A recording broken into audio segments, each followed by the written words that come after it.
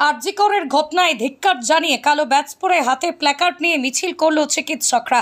পশ্চিম মেদিনীপুর জেলার ঘাটাল মহকুমা হাসপাতালের সমস্ত চিকিৎসক, নার্স, স্বাস্থ্যকর্মীরা আজ বেলা বাড়তে হাসপাতাল থেকে ঘাটাল শহরের ঘড়ি মোড় পর্যন্ত একটি প্রতিবাদ মিছিল করেন তারা। এদিন সকাল থেকে হাসপাতালের সমস্ত পরিষেবা চালু থাকলেও বেলা বাড়তেই বেশ কিছুক্ষণ ধরেই সমস্ত পরিষেবা বন্ধ রেখে এই বিক্ষোভে সামিল হন ঘাটাল মহকুমা হাসপাতালের চিকিৎসকরা। সংবাদ মাধ্যমের মুখোমুখি হয়ে সমস্ত চিকিৎসক এই ঘটনার তীব্র ধিক্কার জানিয়েছেন, এমনকি অবিলম্বে উপযুক্ত দোষীদের শাস্তিও দাবি করেছেন। প্রিকশন যেমন নেওয়া হয় এটা আমাদের দাবি। আর যারা কালপ্রিটস আছে ওদেরকে ছাপানোর জন্য অনেক চেষ্টা চলছে, যেমন ঠিকঠাক কালপ্রিট যারা আছে ওরা যেমন ধরা পড়ে ওদের কঠিন শাস্তি যেমন হোক, এটা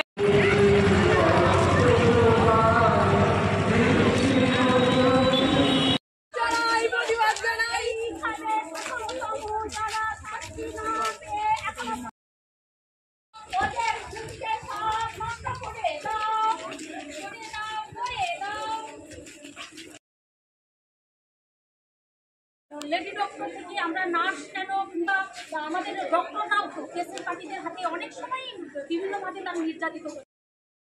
যে প্রোটেকশন পাচ্ছেন যারা মানে সরকারি লেভেলের উঁচুতে আছেন তারা বিভিন্ন প্রোটেকশন নিয়ে যখন ভোটের সময় দেখবেন না তখন কাজ সাথেও আমাকে ডিউটি দিতে হয়েছে। মমতা দিয়ে আসবেন এখানে মানে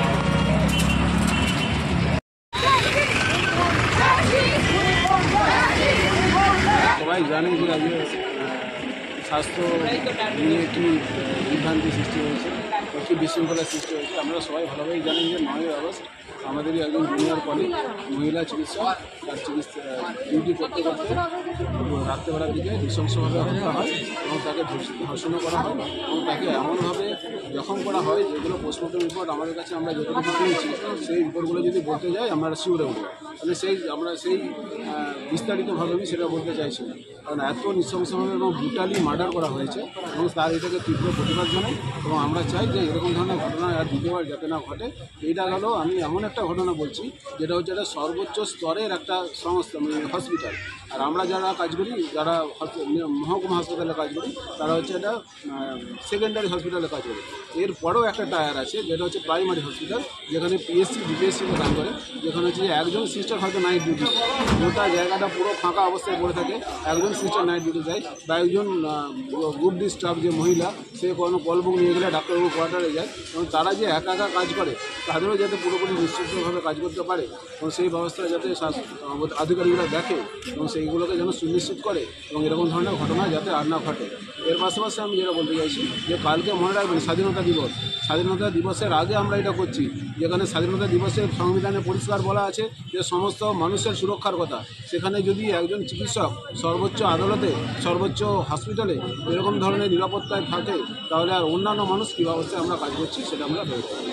এবং এর পাশাপাশি আমি জনসাধারণকে জানাতে চাইছি, হসপিটালে আপনারা সবসময় আসেন, পরিষেবা পান। হসপিটালের মধ্যে এমন কিছু অপ্রীতিকর ঘটনা ঘটাবেন না যাতে আমাদের কাজ বিঘ্নিত হয়, আমরা যেন নিরাপত্তাহীনতায় ভুগি। আপনারাই পারেন আমাদের নিরাপত্তা দিতে, কারণ কোনো সিকিউরিটি আমাদেরকে নিরাপত্তা দিতে পারে না। কোনো পুলিশ অফিসার, কোনো ওসি, কোনো ইন্সপেক্টর আমাদেরকে নিরাপত্তা দিতে পারেন না। একমাত্র জনসাধারণ আপনারা নিরাপত্তা দিতে পারেন। আমরা চাইছি, জনসাধারণের কাছে আবেদন করছি, আপনারা শান্ত থাকুন, আমাদেরকে পরিষেবা দিতে দিন। আমরা যখন হাসপাতালে আসবেন যাতে ভালোভাবে পরিষেবা পান। 9ই আগস্ট আরজিকর মেডিকেল কলেজের মহিলা ডাক্তারবাবুর ওপরে যে নৃশংসভাবে হত্যাকাণ্ড হয়েছিল তার প্রতিবাদে আজকে আমরা তার প্রতিবাদ মিছিল করছি। আমরা চাইছি আর কোনো দিন যেন এইরকম নৃশংসভাবে হত্যাকাণ্ড না হয় এবং দোষীরা ইমিডিয়েট কঠিন থেকে কঠিনতম শাস্তি পায়। তার জন্য আমরা 12টা থেকে 1 ঘন্টা প্রতিবাদ মিছিল করছি। আপনার নাম? আমার নাম শেফালি রানা।